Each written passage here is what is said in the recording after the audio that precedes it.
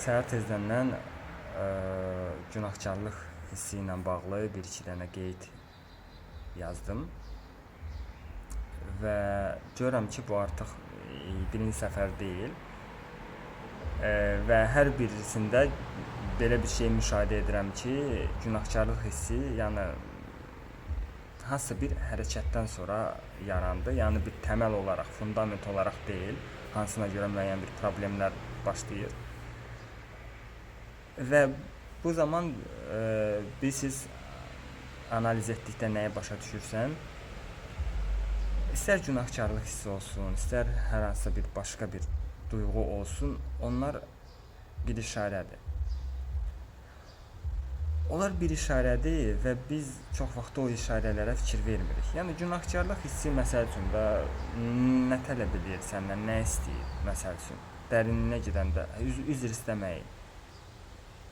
Üzr istəməyi də çox qəlizləşdirmək, çox çətinləşdirmək bunu lazım deyil də. Yəni göstərir ki, nəsə bir səhv bir şey olubdur. Ola bilər tam olaraq beynin başa düşmür bunu. Nəsə bir narahatlıq yarandı da. Və bu səni nə vaxt buraxa bilər? Nə vaxt ki, sən üzr istəyəcəksən buna görə. Oldu da nəsə bir elədim. Ola bilər kontroldan çıxdım. Özümü idarə eləyə bilmədim. Nəsə oldu da, yəni bu səni buraxsın deyə, özünü yüngül hiss eləyəsən deyə sadəcə üzr istəmək lazımdır. Bu qədər bəsit. Amma üzr istəməyə sənə mane olan nədir? Bax bu başqa məsələdir. Və buna görə, bu başqa məsələ dediyimizə görə, üzr istəmədiyimizə görə, özümüzü dinləmədiyimizə görə, buna görə biz yığırıq, sonra daha ciddi bir məsələlər ortaya çıxır.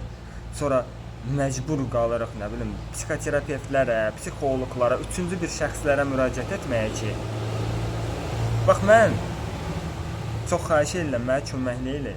Mən özümü nəsə başa düşmürəm. Başa düşmək üçün sadəcə özünü dinləmək lazımdır da. Niyə bu qədər çətinləşdirirsiniz? Niyə başınızdan tacınızı götürüb qırağa qoyub, yəni sadəcə həyatı niyə çətinləşdirsə, həyatı yaşamaq lazımdır da. Amma biz çox vaxt həyatı düşünürük, götür-qoy eləyirik. Həyatı nə bilim də, yəni elə bilirik ki, elə hər şeyi bilirik, nə bilim də, ancaq müəllim yanaşmasını göstəririk həyata qarşı. Həyat, yəni hər şey bəsitdir da. Yəni xəstəlik gəlir həyatına. Xəstəliklə nə qədər mübarizə aparmaq olar? Nə qədər yəni xəstəliyi araşdırmaq olar ki, nədir, nətərdir?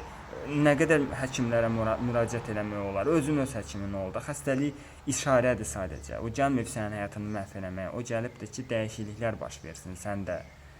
Və nə vaxt ki sən başlayırsan xəstəliyi deyil, xəstəliyin əksini araşdırmağa ki, nədir o? Sağlamlıq. Sağlamlıq. İndi gəl sağlamlığı araşdır da, gör bunun üçün nə tələb olunur. Amma çox adam nə deyir? Bunun üçün vaxtım var.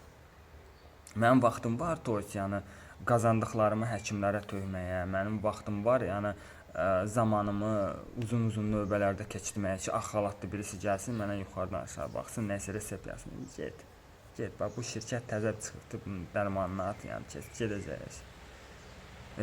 Bunun üçün vaxtımız var, gedək bir əməliyyat haramıza kəsib doğrasınlar ki, bu artıqdır da sənə verilib. Yəni yaradıcı, yəni bilməyibdir, onu təsadüfən sənə veribdir ki, ala. İndi kəsək çıxardaq bunsuz yaşadın, hamı nətər yaşayırlar. Və nə vaxta qədər ki, insan xəstəliyə, problemlərə, o hisslərinə hansısa bir ağır işarə kimi deyil, sadəcə bir təsadüf kimi bir şey yanaşır. Yəni oldu, şuursuz yanaşma. O vaxta qədər də belə təsadüfi bir şeylər olacaq, hansının cavabını tapa bilməyəcəksən. Nəyə görə? Çünki insanların əksəriyyəti baş vermiş hadisələrdə özlərini səbəbkar bilmirlər. Olur deyirlər ki, falan kəslər günahkardır mənim həyatımda, belə bir şey baş verdiyi üçün, mənim həyatımda. Yəni absurda bax da.